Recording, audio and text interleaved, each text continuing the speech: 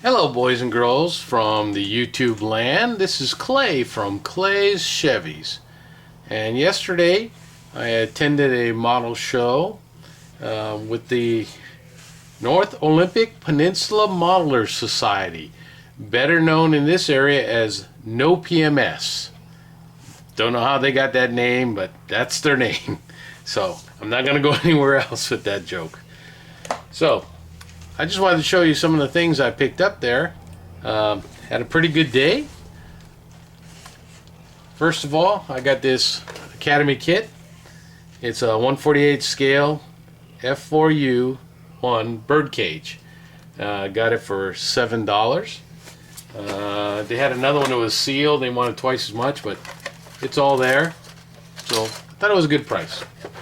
I really love the Corsair and the P-38. Those are my favorite World War II aircraft. Got that one. And then speaking of the P-38, picked up this one.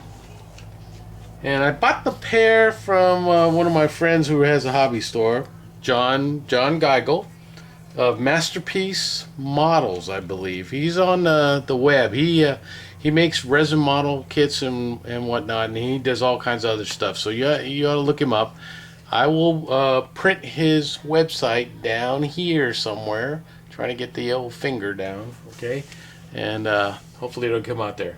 But he gave me a good deal on this one. This one was listed at $15, and when I bought the two, I can't remember what I paid for it. I think I gave him $20 for it, so got a good deal on it.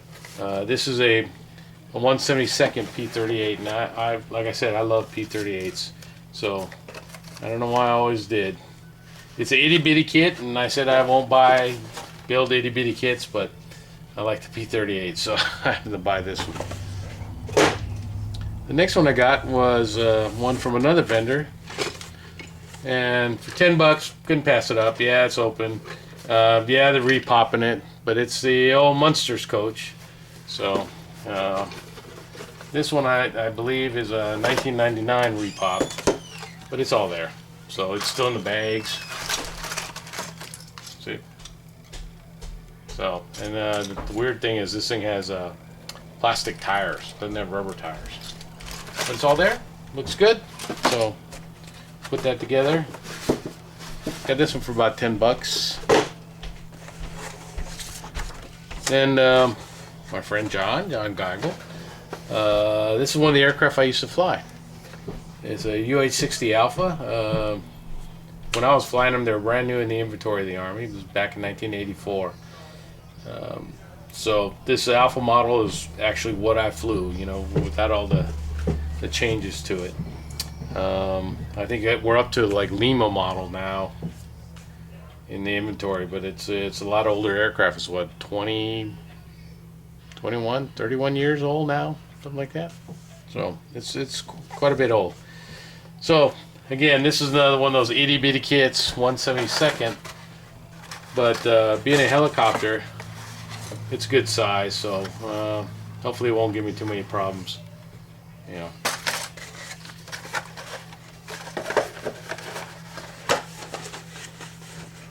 And I think I paid $6 for this, so it's not too bad. Then I bought this Hasegawa P51 Mustang. It's a 1/32nd scale. Got this one for $15. You can see it's all there. The decals are in the bottom. It's a really nice looking kit. So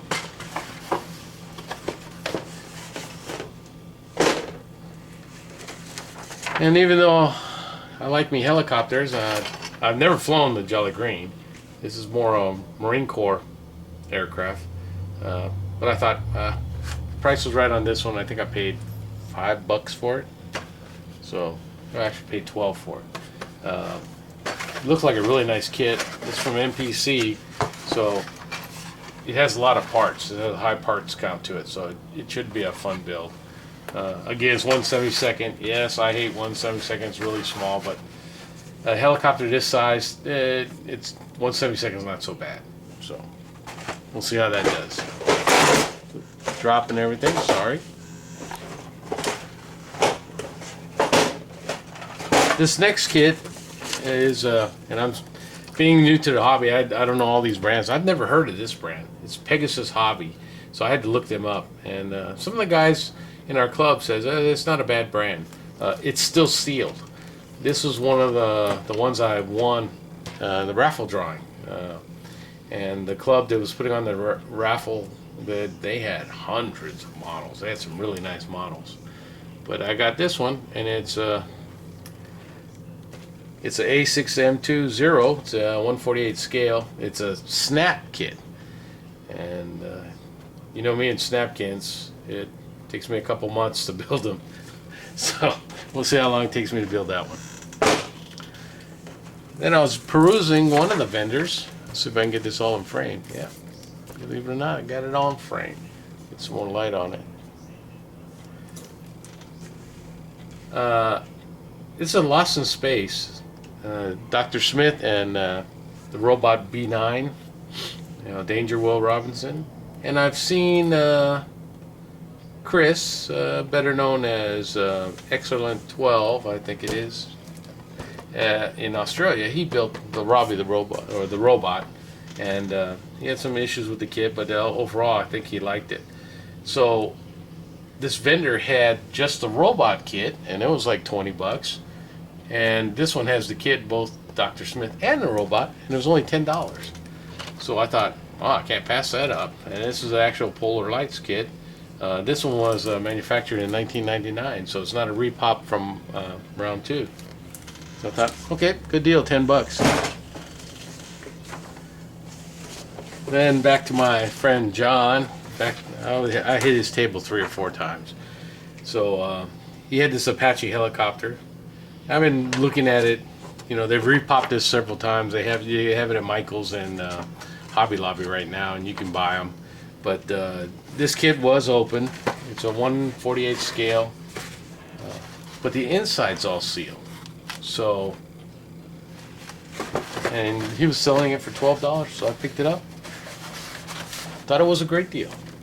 So, and I was around when the helicopter first came out, and that's what this is, first generation Apache. It doesn't have the longbow system on it and everything. So, all right, I figured I'd get that. Never flew it. That wasn't a gun bunny. And then the last kit I got was at the drawing, and I already have this kit. This is one of the ones I built as a kid back in, I think in 1971. I built this kit, 70 or 71. And I told you in the past that I've gone back and bought a lot of these kits from my youth, and I plan to build them. Well, this was a part of the raffle, and I saw it on the shelf, and I said, okay, yeah, I'll get that. I like Corsairs. I like P38s. I don't know why. They're weird, ugly planes, but I've always liked them even as a kid.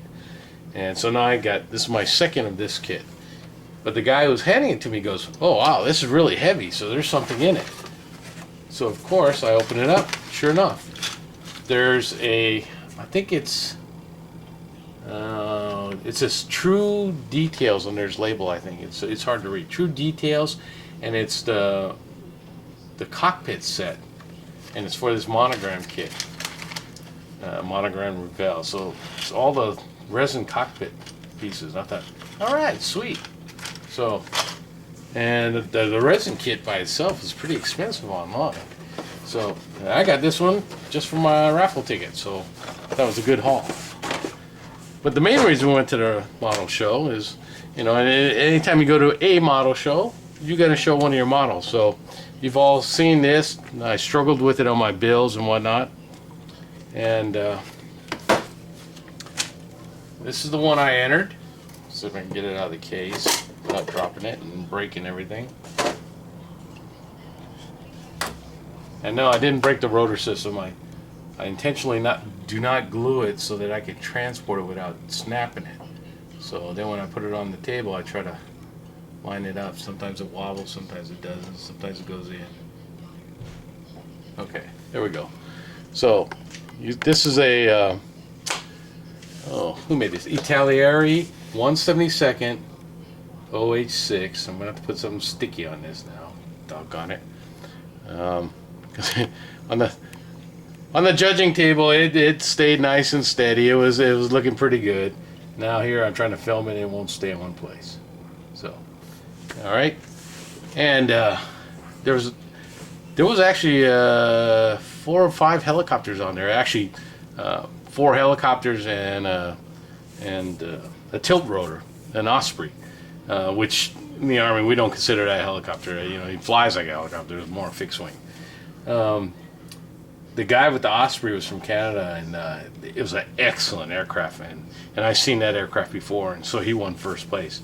Then there was another guy who built this Black Hawk and this Charlie model Huey, and they were spectacular. And I thought, okay, I'm well out of my range. Well, surprise, surprise, I got second place.